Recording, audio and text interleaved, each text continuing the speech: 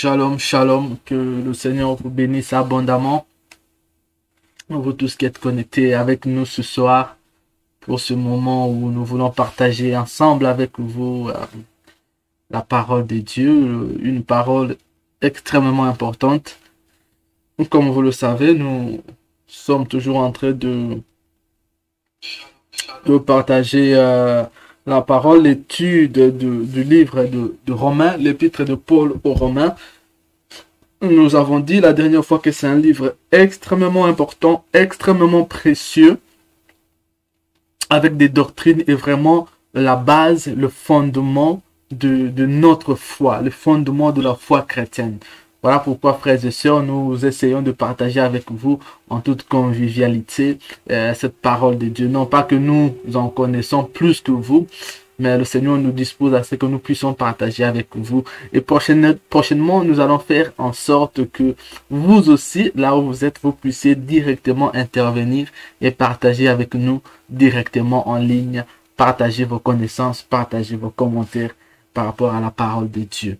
Donc voilà, mais en attendant, je me suis seul ce soir en studio pour partager avec vous cette étude passionnante, cette étude merveilleuse, ce livre extrêmement important, bibliquement parlant, même doctrinalement parlant, de l'épître de Paul aux Romains. Nous avons vu la première partie et donc nous essayons de progresser aujourd'hui vers la deuxième partie où nous allons prendre le chapitre 2, peut-être le chapitre 3 et le chapitre 4. Nous voulons parler donc aujourd'hui de la culpabilité des hommes devant Dieu. Tous les hommes sont coupables devant le Seigneur Jésus. Tous les hommes sont coupables devant Dieu.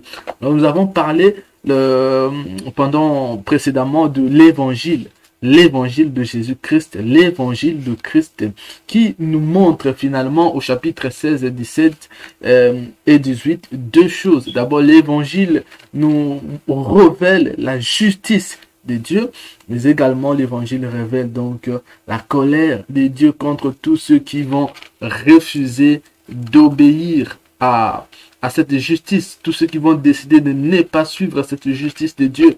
Donc c'est ça que nous avons un peu parlé précédemment. On a essayé de parler de la justice de Dieu, comment Dieu justifie l'homme par la grâce et comment l'évangile est important. Alors aujourd'hui, l'apôtre Paul est en train de suivre donc cette voie-là. Il est en train de suivre ce chemin-là de son enseignement, parce qu'il nous a présenté l'évangile comme venant de Dieu. Il a dit l'évangile de Dieu. Donc son évangile à lui, l'évangile qu'il nous prêche, qu'il nous présente, qu'il présente aux Romains, ce n'est pas l'évangile des hommes. Il dit l'évangile de Dieu. Et donc dans la suite de ces écrits, il va nous prouver comment cet évangile est absolument indispensable et qu'on ne peut pas passer autre, que l'on soit juif, que l'on soit païen, que l'on soit grec, que l'on soit noir ou que l'on soit blanc. Donc il nous présente la nécessité de l'évangile.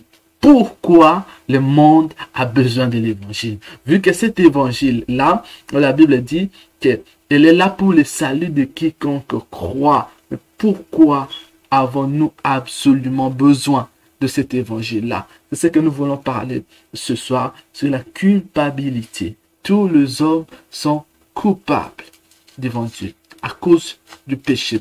L'apôtre Paul a fini le chapitre 1er de son ouvrage lorsque nous voyons le verset 28, 26, 27 et 28. Nous voyons qu'il dit que Dieu les a livrés à de passions infâmes, car les femmes ont changé l'usage naturel en celui qui est contre nature, et de même les hommes, abandonnant l'usage naturel de la femme, se sont livrés les uns, se sont enflammés dans leurs désirs les uns pour les autres, commettant homme avec homme à des choses infâmes, recevant en eux-mêmes le salaire que méritait leur égarement. L'apôtre Paul est en train de décrire à la fin de ce chapitre l'état moral, en fait la condition dans laquelle l'homme se trouve. Comment l'homme est-il tombé si bas?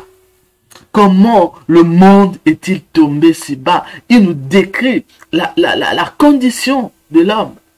Comment l'homme est à ce point moralement dépourvu de sens, à tel point qu'il dit ils sont déchaînés de passion, homme pour homme, femme pour femme, abandonnant les uns comme les autres l'usage naturel de l'homme et l'usage naturel de la femme. Donc nous voyons une description qui aujourd'hui prend tout son sens avec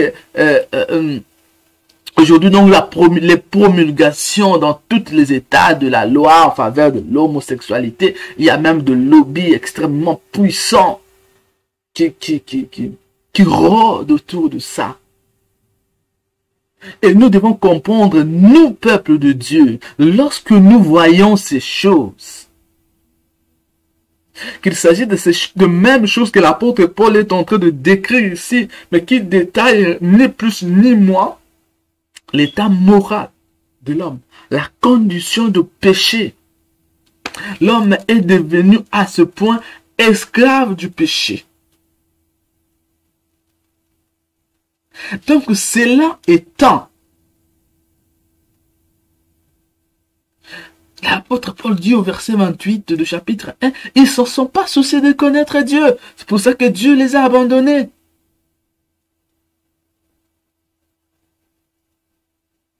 Et comme conséquence du rejet de Dieu, de la rébellion de l'homme, il faut donc inévitablement que le jugement de Dieu intervienne. Il faut que le péché soit sanctionné. Puisque l'homme est coupable. Non seulement cela, mais parce que l'homme a rejeté, l'homme a refusé les plans du salut de Dieu.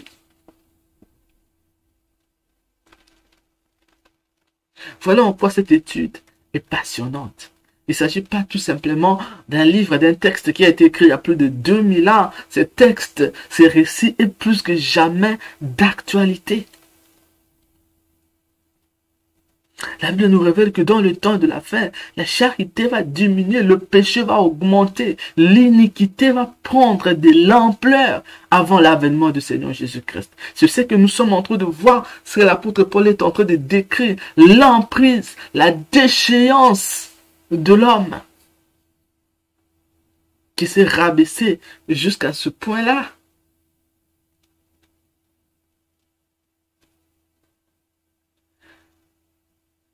Alors, tous les hommes sont coupables. Est-ce que l'apôtre Paul va commencer à nous expliquer au chapitre 2, ce que l'on soit juif ou que l'on soit païen? L'un comme l'autre. On a besoin de l'évangile.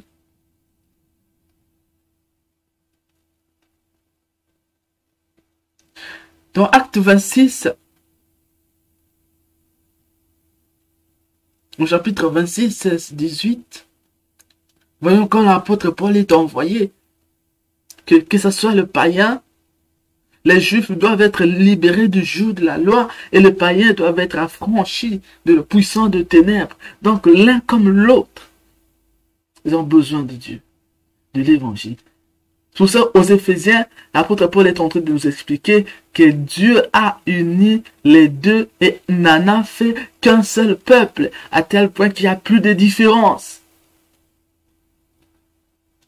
Parce que tous les deux sont coupables devant Dieu, sont inexcusables, parce que le juif avec sa loi n'a pas obéi à Dieu, n'a pas pratiqué, et les païens aussi ayant dans sa conscience la loi de Dieu ne l'a pas non plus mise en pratique.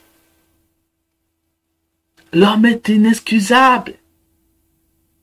Et avec cette condition de la déchéance, avec cette condition du péché, nous devons comprendre que pour Dieu, les corps, la chair physique, l'homme naturel, il est mort. Il est mort parce que la conséquence de tout péché, c'est la mort. La Bible dit tous ont péché et sont privés de la gloire de Dieu. L'homme naturel est mort devant Dieu. Qui qu'il soit, où qu'il soit. Ainsi, bien aimé, le plan de Dieu ne repose pas dans la chair, ne repose pas à conforter la condition charnelle de l'homme dans ce monde. Comme on peut le voir aujourd'hui, où l'évangile ne sert plus qu'à satisfaire le corps et les ambitions dans ce monde. Non. L'apôtre Paul nous présente une autre évangile, parce que le corps doit passer des jugements et est condamné. Que la gloire revienne à Jésus. Nous allons jeter un coup d'œil donc à ce chapitre 2 du livre de Romains.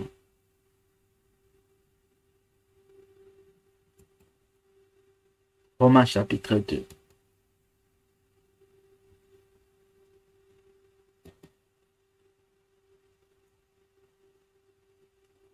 Gloire à Jésus.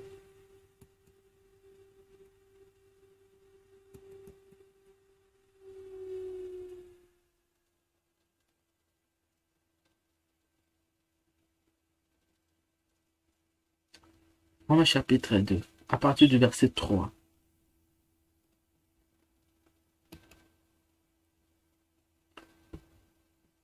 C'est extrêmement important. Extrêmement important, frères et sœurs.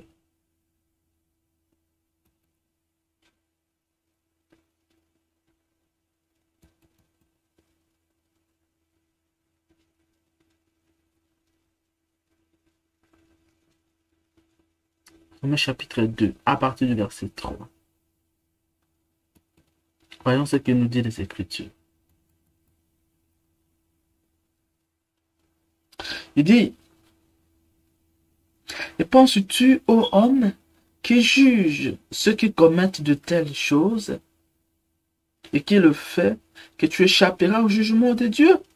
Vous méprises-tu les richesses de sa bonté, de sa patience et de sa longanimité, ne reconnaissant pas que la bonté de Dieu te pousse à la repentance, mais par ton endurcissement, par ton cœur impénitent, tu t'amasses un trésor de la colère pour le jour de la colère et de la manifestation du juste jugement de Dieu, qui rendra à chacun selon ses œuvres, réservant la vie éternelle à ceux qui, par la persévérance à bien faire, cherchent l'honneur, la gloire et l'immortalité. Mais l'irritation et la colère à ceux qui, par un esprit de dispute, sont rebelles à la vérité et obéissent à l'injustice.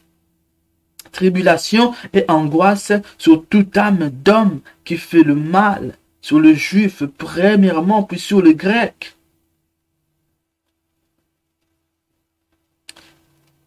Au verset 12, il dit, tous ceux qui ont péché sans la loi périront aussi sans la loi. Et tous ceux qui ont péché avec la loi seront jugés par la loi. Donc tout homme sera jugé. Le problème est que tous sont coupables. D'où l'apôtre Paul est en train de nous amener à comprendre la nécessité de l'évangile. Parce que tous sont coupables. Et ils seront jugés. Il dit, ceux qui ont la loi seront jugés par rapport à la loi. Mais ceux qui n'ont pas la loi seront jugés donc comme étant sans loi par rapport à la conscience. Il parle ici de païens. Nous avons déjà entendu dans le passé des discussions philosophiques selon lesquelles les gens qui sont morts sans entendre l'évangile sont directement en enfer. Mais bon, Dieu est plus bon que ça. Dieu est plus juste que ça. La Bible nous révèle ici que ceux qui seront jugés, qui sont morts sans la loi et sans la connaissance de l'évangile, seront jugés donc par l'état de la loi de Dieu qui est dans leur cœur. Non pas qu'ils vont directement aller en enfer, parce que Dieu est juste. Et moi, personnellement, je pense que ceux qui ont la loi, ceux qui ont la connaissance, seront jugés plus sévèrement que les autres personnes. Alors pourquoi tous les hommes sont coupables? Pourquoi tous les hommes sont condamnables? C'est à cause du péché, bien sûr. C'est à cause du péché de l'homme.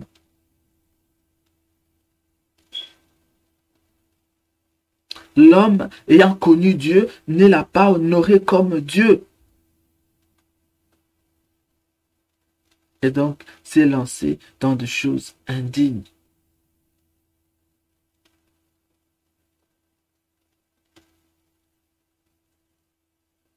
Au chapitre 3, le verset 9, l'apôtre Paul dit, « Quoi donc? Sommes-nous plus excellents? Nullement. Car nous avons déjà apporté, prouvé que tous, juifs, grecs, sont sous l'empire du péché. » Voilà. Tous, juifs, grecs, sont sous l'empire du péché. Il dit, nous l'avons déjà prouvé, que tous sont sous l'emprise du péché. Frères et sœurs, tout au long de la Bible, tout ce que nous voyons dans la Bible, depuis le livre de Genèse 15, Genèse 3, 15 plutôt, nous y voyons que tout ce qui est fait, tout ce qui est écrit, Dieu cherche à répondre, à trouver une réponse, une solution à un problème, un seul problème. Comment résoudre la question du péché? En fait, tout au long de la Bible, toute l'équation de la Bible est à ce niveau-là. Dès que l'homme a péché, comment redonner la vie à l'homme? Comment résoudre la question du péché? Paul dit, juifs et grecs, païens ou autres, sommes tous sous l'emprise du péché. En d'autres termes, tous coupables. Alors, partageons un tout petit peu ce soir, cet après-midi, sur la notion du péché selon la Bible. La notion du péché selon l'évangile de Jésus-Christ. Mais aujourd'hui, nous avons tendance à minimiser le péché. Toutes sortes de péchés d'ailleurs. C'est considéré comme normal.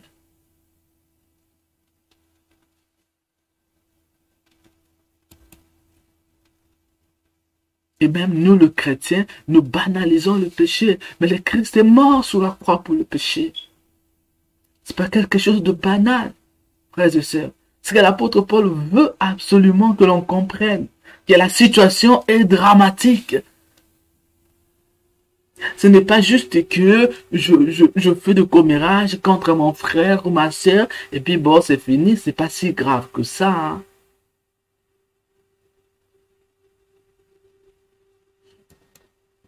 C'est pas comme ça, frères et sœurs.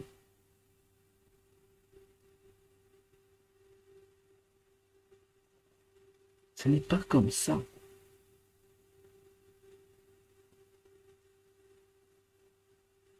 C'est pas comme ça.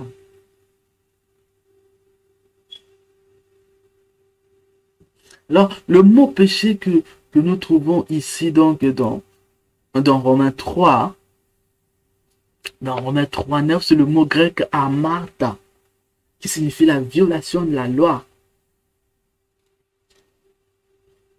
Le péché est une violation de la loi. Une violation de la loi de Dieu. Le mot péché veut dire aussi manquer sa cible, manquer de cible. Le mot péché veut dire une faillite, rater le but ou faillir.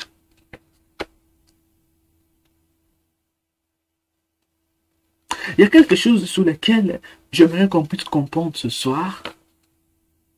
C'est qu'aux yeux de Dieu, En fait, le jugement de Dieu, vous savez, nous avons toujours tendance à nous comparer les uns avec les autres. Moi, je suis plus bon que lui. Bon, lui, il est plus bon que l'autre. Ah, moi, ça va mieux, hein, mais lui, là, à côté, c'est pire, hein.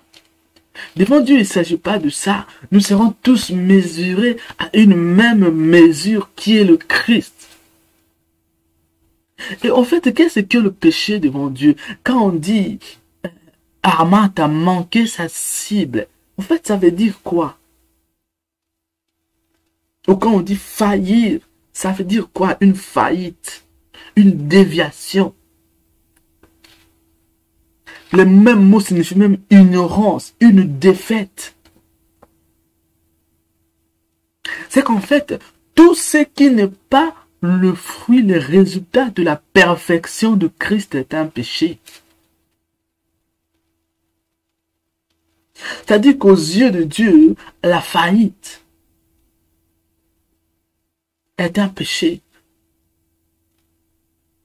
Faillir à ses devoirs, faillir à une responsabilité. Toute faiblesse, en fait, le mot péché veut dire aussi faiblesse. Toute faiblesse est un péché. Ah non, moi je prends la résolution, le mercredi je serai en ligne, je vais prier Dieu, je serai à l'église. Mais le mercredi on ne le fait pas. Parce qu'on dit non, je suis fatigué. Ouais, c'est vrai, je suis un peu faible. Oui, oui, oui, c'est vrai que il y a une faiblesse. Mais c'est un péché. Le péché aux yeux de Dieu, c'est pas que l'impudicité seulement ou l'alcool ou la drogue. Vous savez, nous avons classifié quelques sortes de péchés plus ou moins graves que nous connaissons et on pense que ça se limite à là, à ça. Non, Dieu nous mesurera à la perfection de Christ. C'est ce qui est terrible, effrayant. C'est pour ça que ce salut-là ne peut être que le résultat de la grâce de l'évangile. Parce que nul ne peut parvenir au décret moral de Christ. Regardez lorsque Jésus enseigne, il dit, vous avez entendu qu'il a été dit aux anciens, tu ne commettras point d'adultère. Mais je vous dis, quiconque regarde une femme pour la convoiter a déjà couché avec elle. Waouh! Quel degré de moralité! Nous devons comprendre que dans la grâce, les exigences en matière de sainteté sont plus élevées que dans la loi.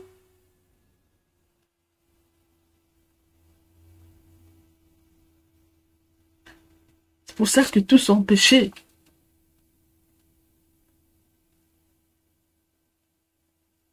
Dans le péché, c'est rater la perfection de Dieu, rater le but. Parce que notre but, c'est d'être comme notre Père, de lui ressembler.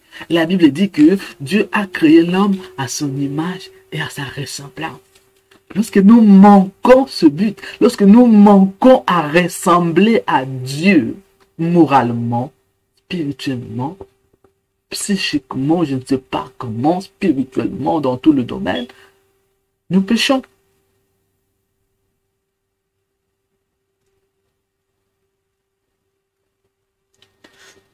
Il y a aussi dans la Bible le mot grec parako, qui est traduit par négligence, mais qui en fait aussi signifie péché. Négligence, inattention. Et tant que peuple de Dieu, nous négligeons la loi de Dieu, nous négligeons la parole de Dieu, nous négligeons les choses de Dieu. Nous ne faisons pas attention, nous accordons peu d'importance. Et nous pensons que Dieu est satisfait et nous croyons que nous allons aller au ciel.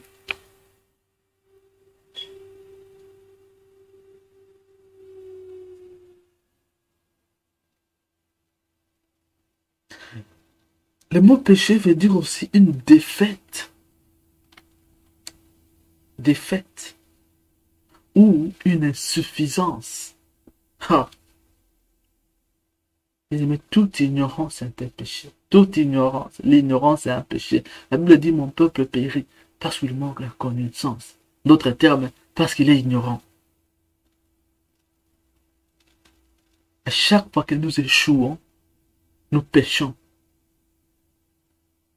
Que dit la Bible? La Bible dit, vous n'avez pas reçu un esprit de faiblesse. Mais vous avez reçu un esprit de force. Nous n'avons pas reçu un esprit de faiblesse. Parce que toute faiblesse est un péché aux yeux de Christ, aux yeux de Dieu. Toute faiblesse est un péché.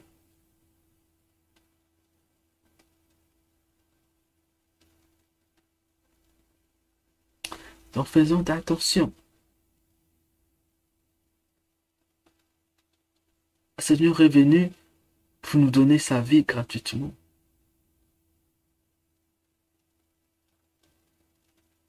Ne vivons pas comme étant des personnes qui n'ont pas de loi.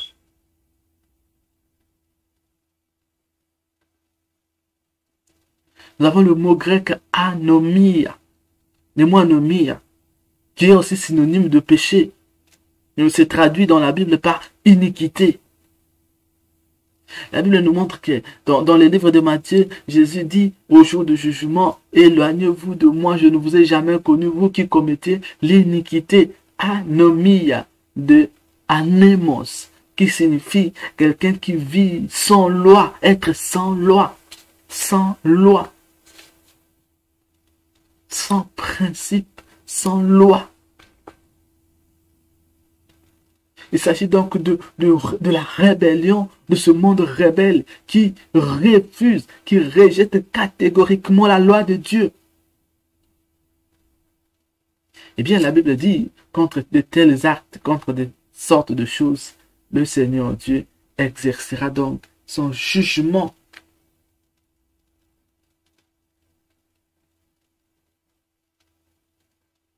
Il y aura un châtiment de Dieu à cause du péché. Donc le problème de l'homme, l'apôtre Paul nous amène à comprendre que c'est le péché.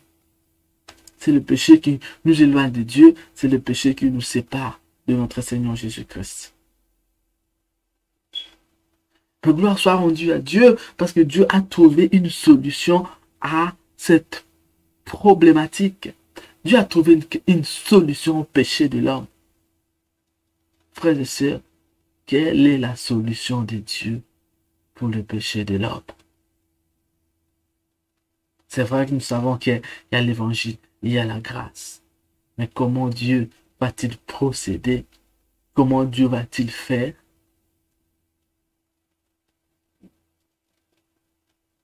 C'est donc le sujet du reste du chapitre 3 et également de chapitre 4 de cette épître de Paul aux Romains. Nous avons commencé un peu en retard ce soir, donc nous n'aurons pas suffisamment de temps pour aborder donc la question de la justification, la question du salut proprement dite. Et nous allons également toucher tout ce qui est relatif à la loi et le salut, la loi et la grâce, le salut de Dieu. Comment l'apôtre Paul est en train de nous présenter cela.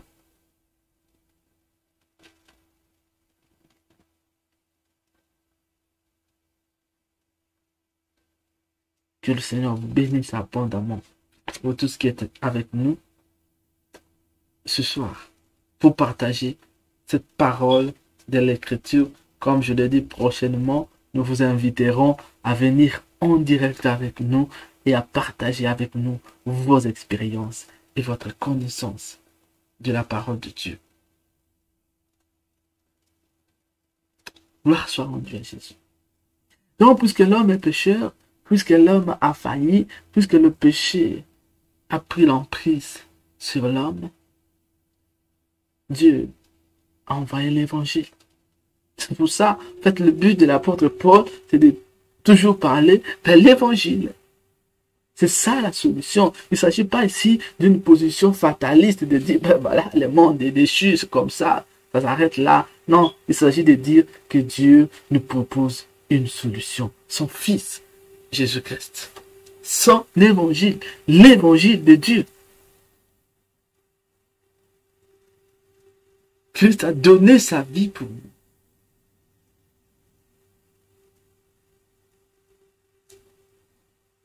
Et dans sa miséricorde, donc,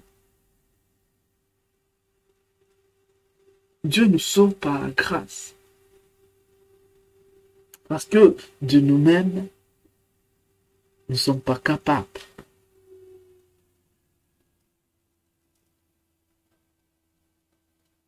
Voyons donc au verset 19 du chapitre 3, peut-être nous allons clôturer et par là pour répondre demain sur ce passage. Dans Romains 3, à partir du verset 19,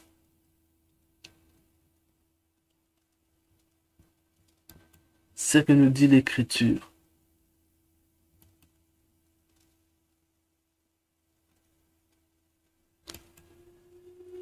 Épître de Paul aux Romains.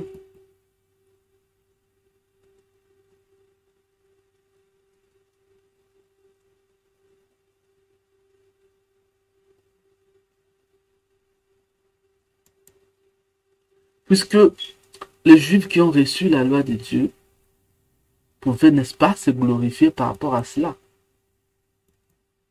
Pouvaient se trouver, se dire, on est suffisant. Et absolument pas. Or, nous savons que tout ce que dit la loi, elle est dit à ceux qui sont sous la loi, afin que toute bouche soit fermée et que tout le monde soit reconnu coupable devant Dieu. Car nul ne sera justifié devant lui par les œuvres de la loi, puisque c'est par la loi que vient la connaissance du péché.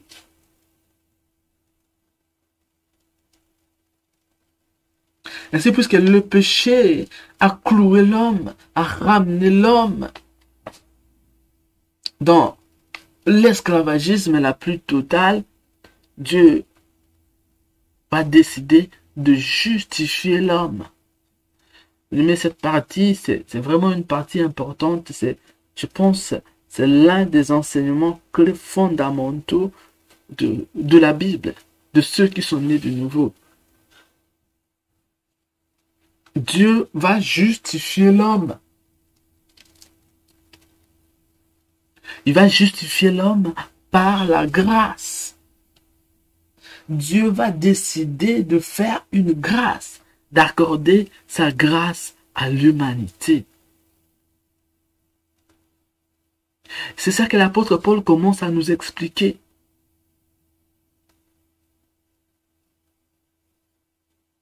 Il dit que la loi est intervenue pour en fait que on puisse reconnaître que nous sommes tous coupables devant Dieu, non pas pour justifier l'homme. Il faut que j'insiste un peu ici, parce que nous voyons, il y a beaucoup de gens, nos frères et sœurs en Christ, qui aujourd'hui veulent nous ramener dans la loi. La Bible nous met en garde contre cette tendance. C'est une fausse évangile en fait. Nous voyons aujourd'hui des gens qui font des pèlerinages en Israël, des pèlerinages spirituels, qui nous ramènent de kippas, des habillements juifs dans l'église, de vêtements de sacerdoce, de lévites, de toutes sortes de pratiques, comme s'ils voulaient nous ramener dans la loi. La loi a été donnée pour que les péchés soient manifestés.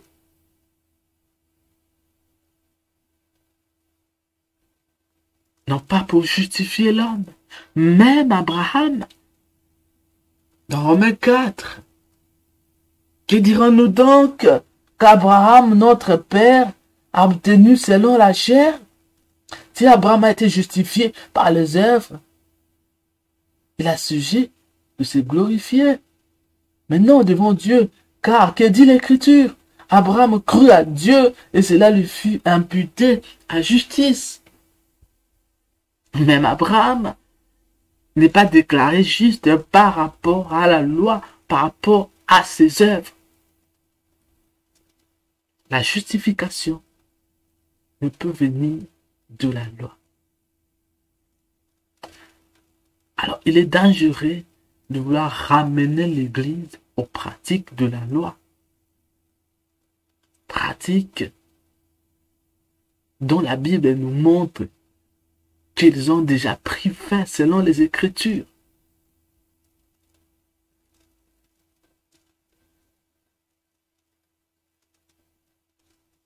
Certaines pratiques de dîmes lévitiques,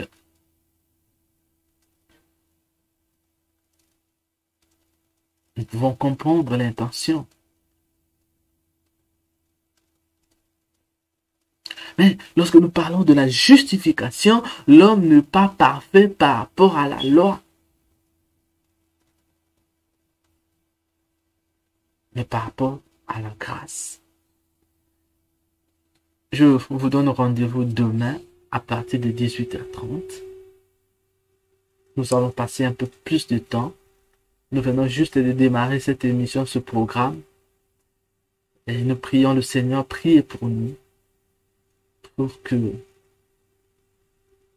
des vies puissent être transformées ensemble, que nous puissions devenir meilleurs, que l'Évangile puisse nous transformer.